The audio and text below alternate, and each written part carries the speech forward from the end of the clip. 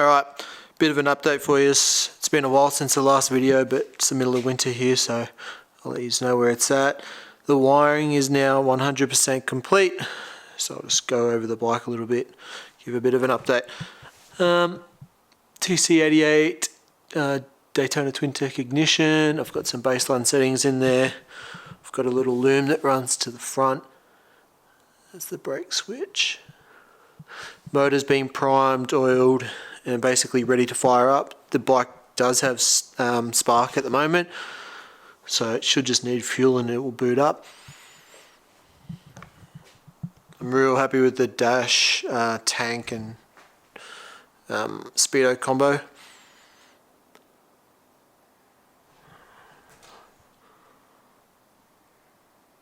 So that's all working. The wiring just goes in between the risers and then under the top triple down into the frame. The bars are internally wired. Those fairing plates still have to be painted, but that'll happen shortly. Indicators are under perch, and the rear ones are the moto gadgets that are in the strut.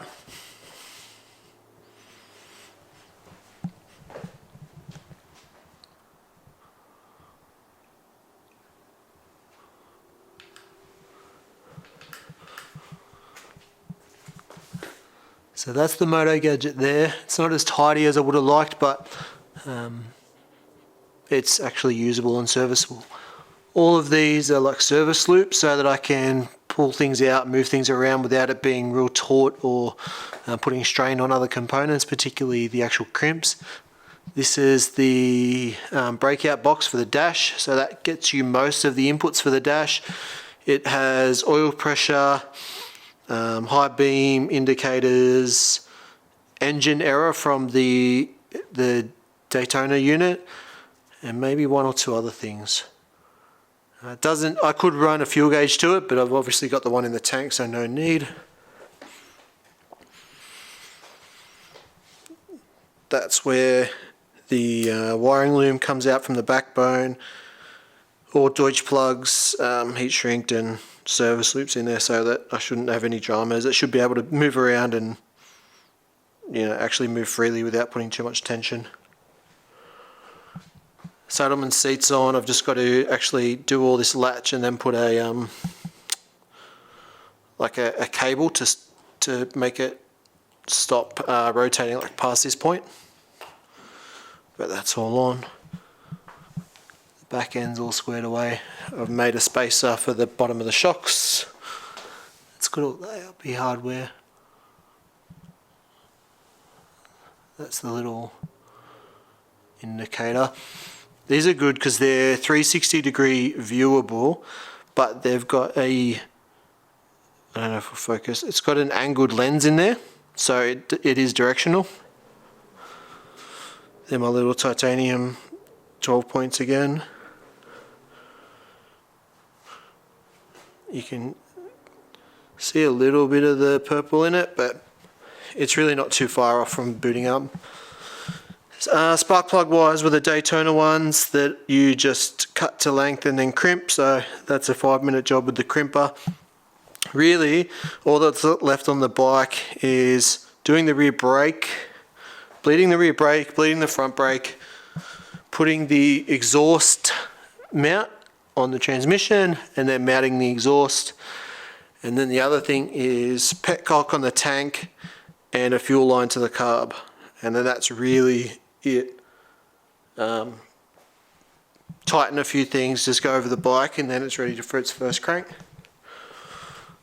So that's it at the moment. The paint looks schmick.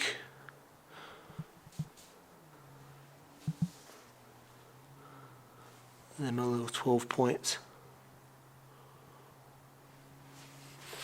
The big bear mount looks real good too. I made those little spaces.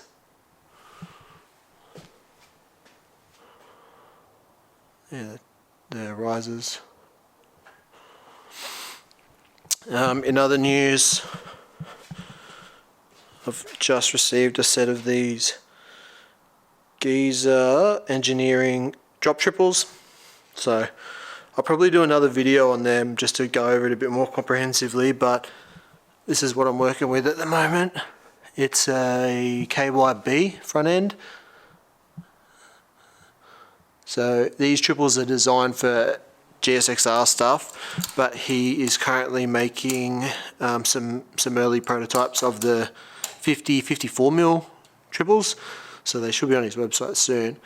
But these are 54mm style, and I'll probably do another video just to go over like how I'm going to work it out, because there's a bit of spacing involved there.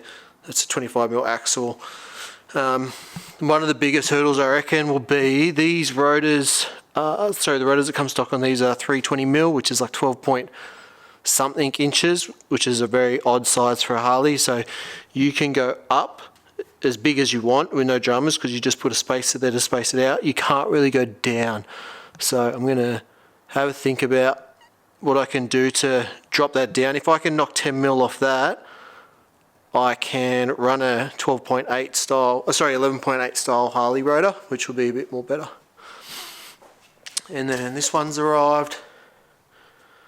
That is SNS early style twin cam case, stock bore, stock size crank will be going in it. So don't know what the plan is yet. I might try to get them bored out so that I can run a 4-inch crank, which is the 88 crank, and then a 4-inch bore. I think that'll make it 100 inch, but still pretty revvy. That'd be nice, but I'll probably make a hot little motor out of that. And then the only other thing is the ST has arrived. So in the last video I was still waiting for that.